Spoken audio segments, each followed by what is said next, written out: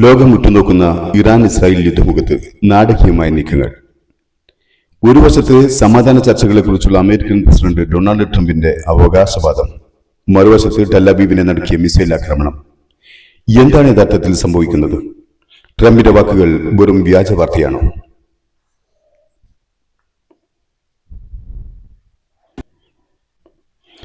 American president Donald Trump കഴിഞ്ഞ ദിവസം നടത്തിയ പ്രസ്താവന ലോകത്തെ ഞെട്ടിക്കുന്നതായിരുന്നു.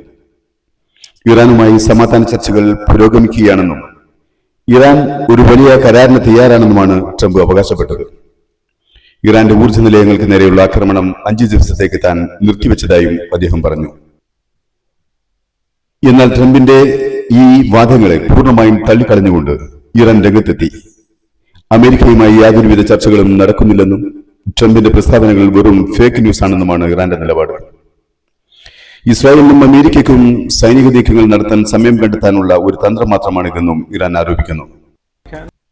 ഇറാന്റെ വാക്കുകൾക്ക് പിന്നാലെ പ്രവൃത്തിയും എത്തി. ട്രംപിന്റെ പ്രസ്താവന വന്ന മണിക്കൂറുകൾക്കുള്ളിൽ ഇസ്രായേലിന്റെ ഹൃദയഭാഗമായ ടെൽ-അവീവിന് നേരെ ഇറാന്റെ മിസൈൽ വർഷമുണ്ടായി. ആക്രമണത്തിൽ നിരവധി പേർക്ക് പരിക്കേറ്റതായും കെട്ടിടങ്ങൾക്ക് നാശനഷ്ടങ്ങൾ സംഭവിച്ചതായും റിപ്പോർട്ടുകൾ വരുന്നു. യുദ്ധം അവസാനിക്കുന്നതിനേക്കാൾ കൂടുതൽ രൂക്ഷമാകുന്ന കാഴ്ചയാണ് നാം കാണുന്നത്.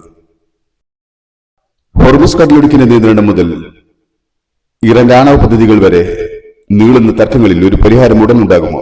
അതോ ഇതൊരു വലിയ യുദ്ധത്തിന്റെ തുടക്കം മാത്രമാണോ? വരും ദിവസങ്ങൾ ലോകത്തിന് നിർണായകമാണ്.